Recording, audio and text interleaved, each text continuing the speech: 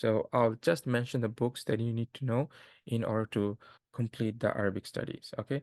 So remember, last time I mentioned that there are 3 stages in learning, and each stages there are levels. Okay. So levels, I'll talk about them later. And last time I mentioned to you that stage 1 is the most important stage.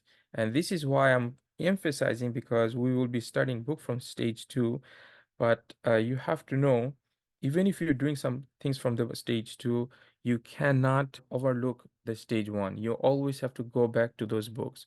So this is a very important stage. And this stage is something that gives you overall, I told you, is overall Arabic language. So you're not so much concerned about the grammar or not. You're just concerned about, I want to learn Arabic language. I need to know Arabic language. So to be able to speak, read, and whatnot, right? So this is more comprehensive. And then we told you this is grammar and sarf. Sarf is what? Morphology, right? And this one is more like literature and eloquence, balagha and whatnot. But here you need to spend at least 2 to 3 years. Honestly, if you're not spending good 2 to 3 years, not like, you read something once a week, then it's going to take 5 years or more.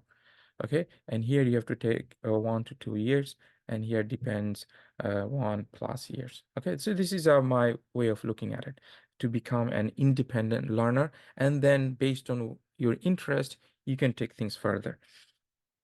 The primary books in here for non-Arabic speaker is Madinah Books. Yes, you guys know about these books? Of course, who doesn't know about Madinah Books, right? And the name of the Madinah book is what? Durus Durusul Lugha, huh? Til Arabiya. Yes, I will strongly say that this is stage 1 is the longest stage. Yes, a lot of people spend so much time in the stage 2, the grammars and everything, but you know where you are, because you know that I'm spending so much time in grammar, but I cannot read any Islamic books. Why not? I cannot read any Hadith book, and I don't understand. Why is that the case? It's because you skipped something from here. This is the stage that will give you the vocabs and everything that you need. Okay, so the one of them is the Modina book. One of the interesting thing about the Modina book is that it's not only talk about Nahw, grammar. Okay, it definitely, this is the whole focus on grammar. It also talks about sarf. And then the Sheikh mentioned these things in the Muqaddama, in his introduction, that he will also give you a lot of usloob, the style of the language. Okay, styles of the language, meaning how do you say certain things. For example, in English, we say, um, uh, that goes without saying. This phrase, or you're saying either you give me this or that, this kind of statement structure, where do you learn? Usually you will not learn them in the grammar. Even if you find them in the grammar, it will be organized in different ways that you will need so much time to get there. So what the Sheikh does is he brings this complex structure, but something that we always use in our daily life, or you will be coming across them when we read. So he will add so many styles. So the way he does is that every chapter has one particular topic. Let's say in this chapter, he will teach you the command verbs. Okay. But then in that chapter, he will focus 80% in the command verbs, but then he will add bits and bits, something from the style, stuff that makes a language more fluent. He will teach them, because this kind of expression or style, you will not know what they mean even if you look into dictionary. If you go into look into dictionary, you won't still understand how they work. Okay, so for example, this thing, what we say, halla mahalla. If you look into halla dictionary, you will find a solution. There's at least 100 meanings of hal. Then you go to mahal, you will think, oh, it's a place, it's a store, whatnot. You will not know what these two means. When they come together, it simply means to replace. And how do you know? Your Ajrumiyyah will never help you. So these are the things that you kind of have to know from as you learn the language. As you learn the language.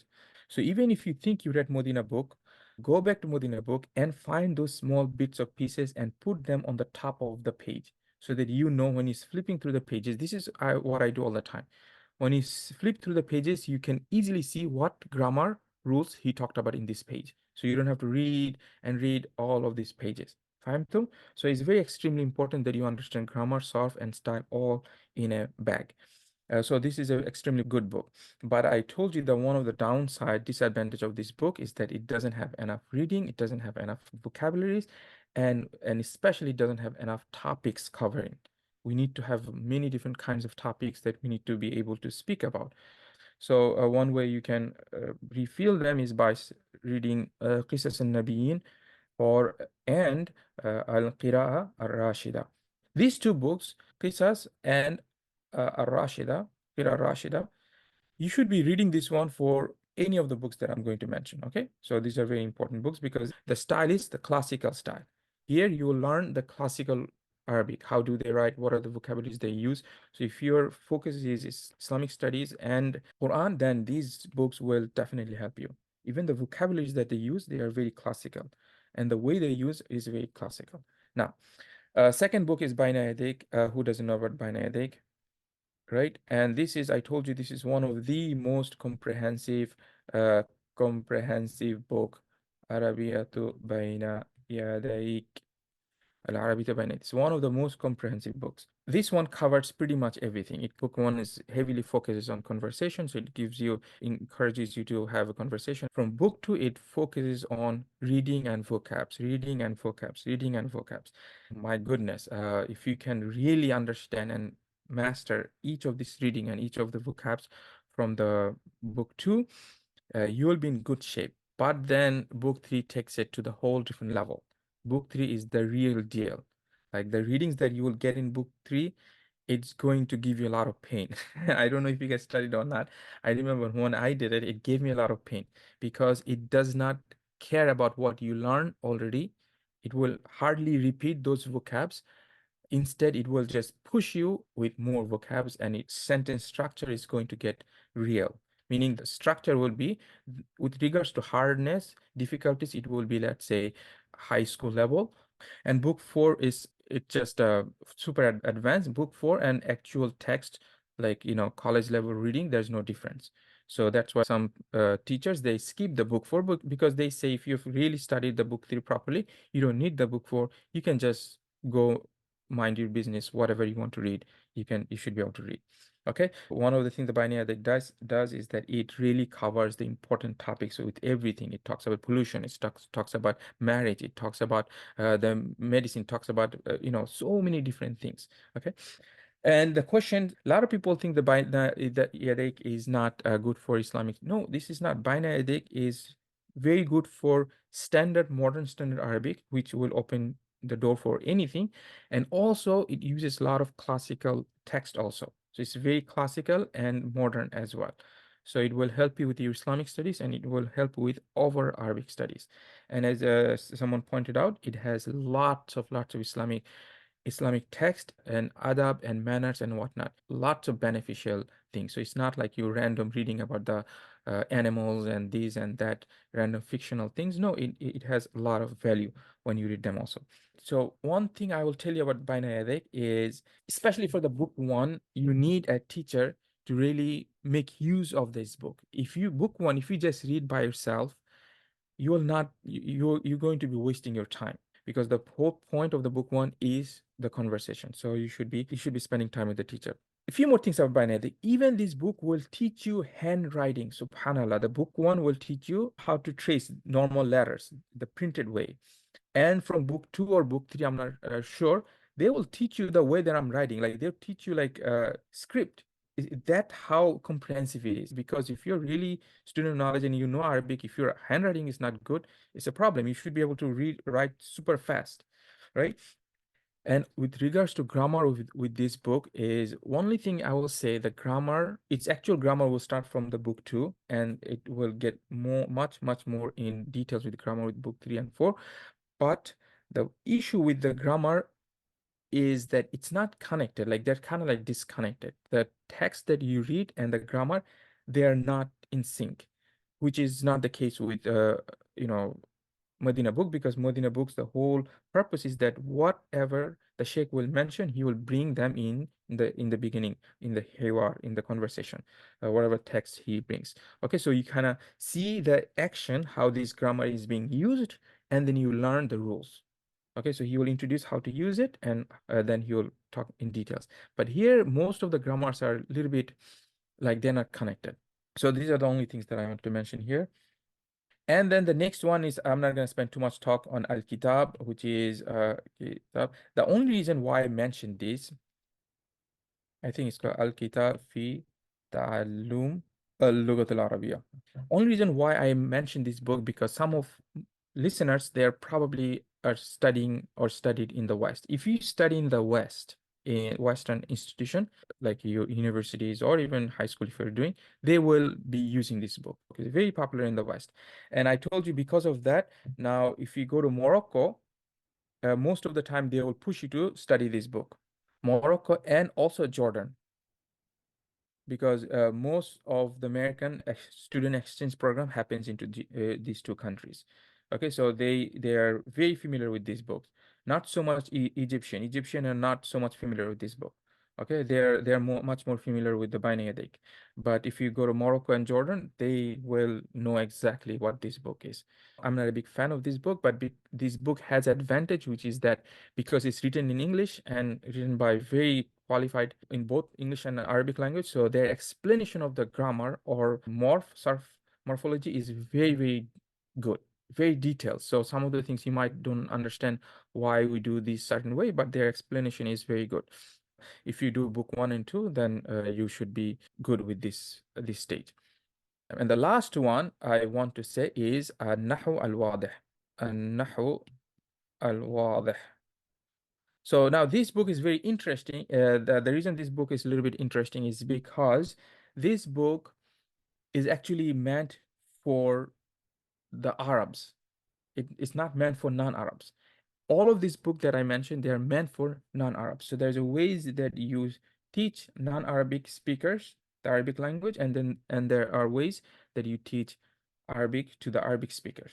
Okay, so but this book definitely got popularity among non-Arabs also, because how good this book is, right? The way the book presents the grammars, the way it explains the exercises that it gives, the examples that it provides, the structure overall is very, very good, extremely, extremely good.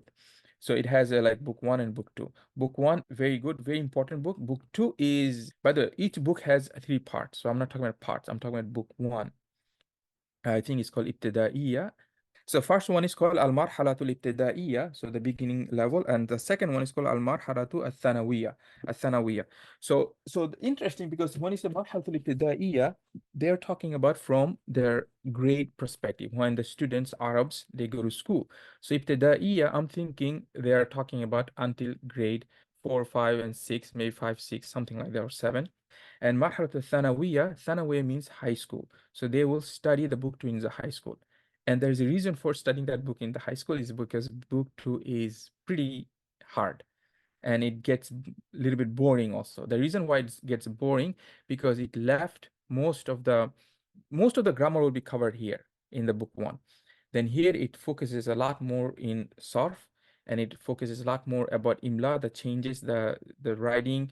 For example, when you have qala, because initially it was qawla, this kind of tahwil, the things that happens from ya to alif, alif to waw, all of these things, it gets a little bit in details. And then it talks about the tasghir. If you know anything about tasghir, tasghirs are extremely difficult.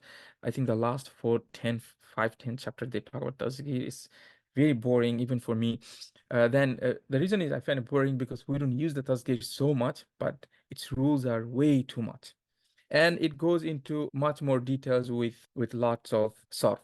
In the book 1, it will introduce the basic sarf that you need to know, the basic morphology, like ismul fa'il, ismul maf'ul, and I think few others, I'm not sure. But then other ones like ismul ala, all other things, it will be here. So the book 2, I to be honest with you, I don't recommend, because of the topics. Not all the topics are super important, and there's other ways maybe you can do it. But if you can if you study both of them, then khalas, you're done. You went through the pain and you're done. You're done with this stage. So now the last question is that which one is my recommendations? I told you that if someone asks me, just give me one book from here, I'm not interested in all this, just one book so I can focus and put all my energy in, it would be Bayna Yadayk, without a doubt. There's no question. It will be Bayna Yadayk. Madinah book has some interesting advantage with regards to grammar and explaining a lot of introducing a lot of concept, right? So if anyone study these two books, right, and spend 2 to 3 years, because this book in the beginning is not focusing grammar. It just wants to give you vocabs and reading. Okay, that's great. So what about the grammars? And slowly you're studying the grammar from here. And as you move forward, some point you will see that they all match. All the rules are coming back and everything. Okay. So if you can do this, then you don't need me, you don't need anybody. You just make sure you have a teacher for, here and there. You will be very, very fine. Okay. And someone who studied like Al-Kitaab Al-Asasi, the book that we did, then what I suggest to them is to go to the Bayna Yadayk book 2. One of the reason why I taught Al-Kitab Al-Asasi instead of Bayna Yadayk book 1, because Bayna Yadayk book 1, I know it, in order to teach that or study it, it needs to be a conversation, right? And I'm not interested in teaching people the conversation right now. At least my focus is not that as a teacher. My focus is that we want to learn the Arabic so that we can access our Quran and our Islamic literatures that we have, right? So, and the conversation can come slowly. Everything we learn, it's helping you, believe it or not, it's helping you with the conversation. Maybe one day you just need to open your mouth. That's all. You know the rules, you haven't practiced, it's a little bit rusty. You just open it and you'll find out that all the rules that you learned, you have to use the same rule when you're speaking. No difference. That's why the Al-Kitab Al-Asasi, the book 1, it is the one of the best introduction to Arabic language I can think of, who can study in non-Arabic speaking countries. So it gives you much more relaxed. The focus is on the reading, focus is on getting simple understanding of the language with different aspect. It doesn't do what Madinah Books does. It focuses only noun for the whole one book and 1.5 books. Here it has a very nice balance between verbs and nouns. It's just such a good book. I'm talking about Al-Kitab Al-Asasi. Okay. So after that, I will suggest that you go to the Bayna Yadayk book 2. It just what Al-Kitab Al-Asasi does is that it makes you comfortable with the language. You know enough of the language that you can even start reading. Okay, فهمتم. Anything else? Last thing that I want to say, which brother mentioned, which is there's not a single book here. I'm talking about a textbook without the reading, which will give you a state where you can open any Arabic book and you're comfortably understanding. There always has to be reading on the side. Believe me, Bayna Yadayk give you tons of readings. But the point of the Bayna Yadayk was to introduce the vocabs of that topic and a little bit of the style and the reading. It gives you enough reading, but it's not the same as when you read actual book. You want to read, you open Ibn Qayyim's book because Ibn Qayyim's writings are very nice. You want to read Rahiqul Makhtum in Arabic, Sirah of the Prophet ﷺ. You want to do any of these things, you will you will struggle. You will struggle without a doubt. So you need some readings. One of the readings that this is intermediate reading. One of the readings that brother I think Muhammad mentioned, which is Qalila wa Dimna. Very classical reading. Qalila wa Dimna. A literature book, extremely important book. Okay, this is intermediate plus book. It's not easy reading. Okay, it's not easy. So I would suggest you read this one after you finish Al-Qira Al-Rashida. The first one should be Qisas al-Nabiyin, at least 1 and 2. Then you should be reading Qira al-Rashida 1 and 2. And because it has 3 also, but at least 1 and 2. And then you should be able to read Kalila wa Dimna. And there's so many other things. Okay, but this book has a very good vocabs that will be very useful. Fahimtum? So this is your stage 1. Spend your good amount of time. Don't worry about people are studying Qatr Nada, Ajrumiyyah and things like that. Focus on here once you feel comfortable, because what I told you last time, the way you know if you're ready for stage 2 is very, very simple, extremely simple. How do you know it? When you open Ajrumiyyah, and if you need complete translation of that book, then wallahi, you don't belong in that thing. I mean, I'm not saying you shouldn't. I'm saying that belong in a sense that you should still have a connection with stage 1. You haven't completed. So make sure you go back to stage 1, and you're mastering that stage also. Okay, so you should be, if you read Al-Kalamu huwa al-lafdhu al-murakkab al-mufid bil-wadah, you read this thing, you have no idea what you read, then there's something's going on. You have to keep in touch with stage 1. Okay, I'm not saying that you have to know every single thing, but you should have this kind of confidence that okay, I understand most of it, and that's fine.